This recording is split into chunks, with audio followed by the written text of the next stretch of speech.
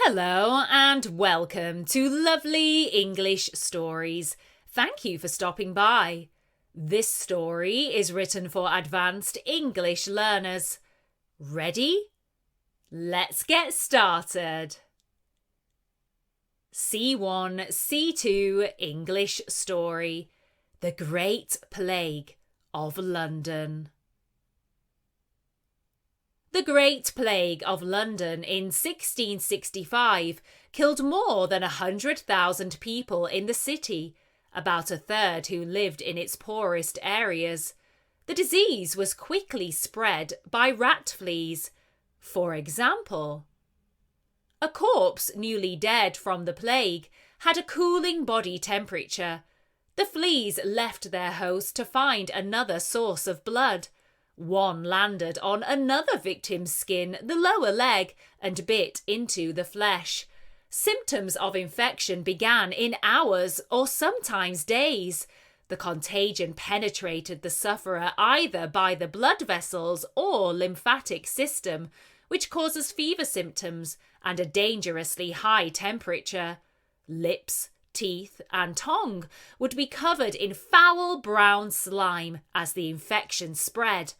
In agony, they would fall unconscious. Often, open abscesses, haemorrhaging, or secondary infection would prove fatal. Few survived, especially those already weak from a poor diet, filthy housing, and lack of sanitation. The pneumonic plague was caused by sputum coughed up by a victim. The sputum was infectious for up to 5 months and therefore highly contagious. Septicemic plague was identified by black and blue blotches all over the body. Victims could die within a few hours. Both were caused primarily by flea bites. The outcome would be how the infection penetrated the victim and often the health of the person involved. After a long frost, May 1665 came, and it was warm and beautiful. There was, however, already talk of the plague. Rumours were rife. Many of the rich fled London as a precaution. The poor were committed by their poverty to stay in the city. For 10 weeks after the frost broke, the city within the walls remained immune to the plague. Several cases of infection were reported together, but London's commerce was still unaffected.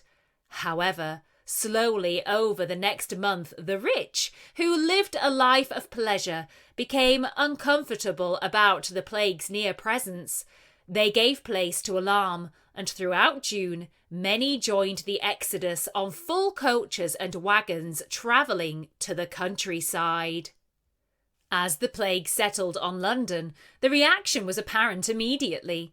The city had been a busy, thriving place, the population packed tight in small houses with narrow streets, as was customary in walled towns and cities. Every house would have been full of people, for merchants and tradesmen lived over their business, whether large or small. The plague's advance put an end to sellers vying for trade before their premises. Everyone was suspicious. The poorest alleys were the first to harbour the plague. London became strangely quiet, few lingering on the once busy streets. A plague sufferer rarely knew when they were infected. Often a slight indisposition was ignored before cold shivering began in a short time. Nausea and vomiting followed, so violent and exhausting that the victim quickly died. Others became tired as if dosed with opiate and would fall into a profound sleep, and if not woken up, often died. It was rarely longer than 2 or 3 days when visible signs of the plague appeared on the body. Blotches appeared mostly under the arms and in the groin. Without any kind of anaesthetic, the pain was so severe that patients often collapsed. Gangrene often killed the victim due to poor hygiene after incisions were made to relieve the puss from the boils. Many of the medical professionals thought that the plague was carried in the air. In unventilated conditions behind locked doors, the deaths piled up. Over 1,000 deaths a day were endured at the height of the pandemic. The Great Plague was a tragedy of ignorance. The closed houses were a breeding ground for germs. Many shut up in them died quickly, very often whole families. London became a city from which to escape. People began seeking safety in the countryside. Travellers trying to enter other cities and towns were turned back by watchmen on the highways as the plague spread. Places such as Southampton, Poole, and Dover became infected, all via different routes. Letters from London were held in suspicion of a possible vehicle for the plague, although this theory was not believed by postmasters. However, all mail was forbidden to enter or leave the capital.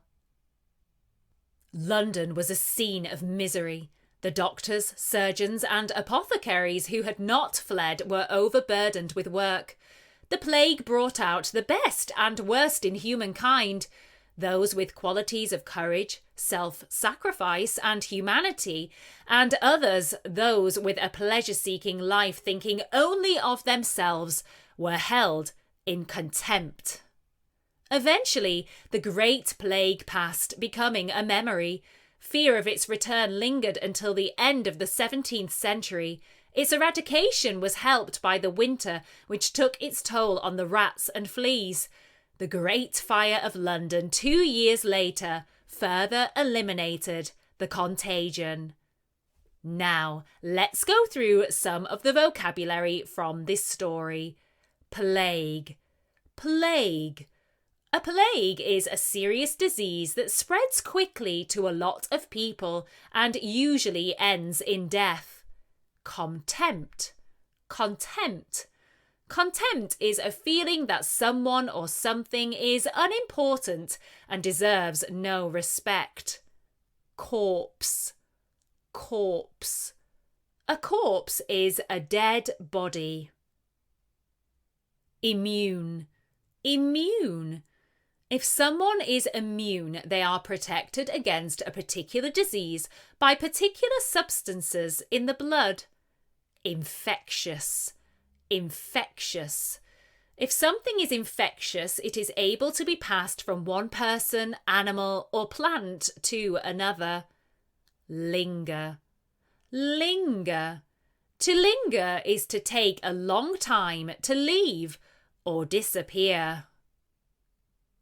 Customary. Customary. If something is customary, it is usual or traditional. Eliminated, or to eliminate, is to defeat someone or to remove or take away someone or something. Fled. Fled. Fled is the past participle of to flee, which means to run away, to escape. Foul. Foul. Something that is extremely unpleasant is foul. Precaution. Precaution. If something is a precaution, it is done to protect people or things against possible harm or trouble. Sacrifice, or self-sacrifice, is the act of giving up something that is valuable to you in order to help someone else. Surgeon. Surgeon. A surgeon is a doctor who is specially trained to perform medical operations. We hope you enjoyed this lovely English story and the vocabulary explanations. Thank you for stopping by. Get productive and check out our language learning productivity packs on Etsy. Use code YouTube10 for 10% off. You can find the link in the description below. And don't forget to like, subscribe, and share. See you soon!